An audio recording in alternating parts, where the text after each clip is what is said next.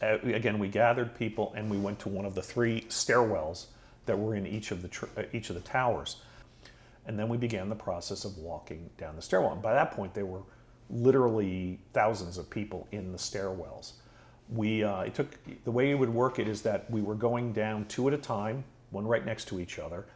And unless somebody was running up, like a police officer, firefighter, rescue worker, and then we would move over to the right and let them run up past us. And we did see a few of those. But we were going down, takes about a minute per floor. So, and at that point we were still a little disoriented, didn't really know quite what was happening. One of my coworkers, Pasquale DeFulco, happened to be home and he was watching CNN and giving us updates about what had happened. And so that's how we found out. I had an interactive pager, a BlackBerry, and we were getting updates from him about what was happening, that there was, first, that there was a second plane that hit. Because we were in the stairwell, we did not feel the impact of the second plane. So he told us about that. He also told us about the plane that hit the Pentagon. He also told us about the President Bush announcing that we were under a terrorist attack. And so that's how we kept informed. So now we're in the stairwell and we're going down, again, about a minute per floor. And it's orderly. People knew what to do until we got to the 5th floor. So this is about an hour later. This is right before 10 a.m. Right then, we felt this rumbling. I remember being thrown, I was on the left side of the stairwell, I remember being thrown to the right to the handrail. It hit my back. I looked up, excuse me, and then I saw all of this dust fall into my face.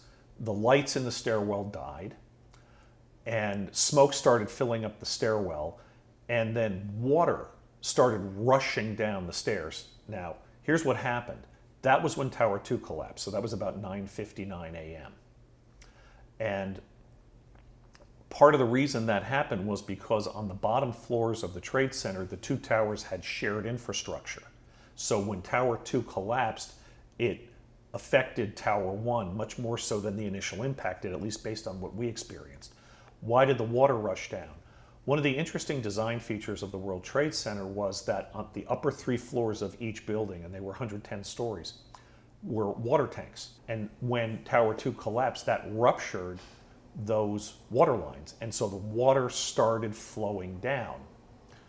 And so as that happened, so now we've got people trying to go down. The way I've described is it felt like wading through a dark, dirty river at night in the middle of a forest fire.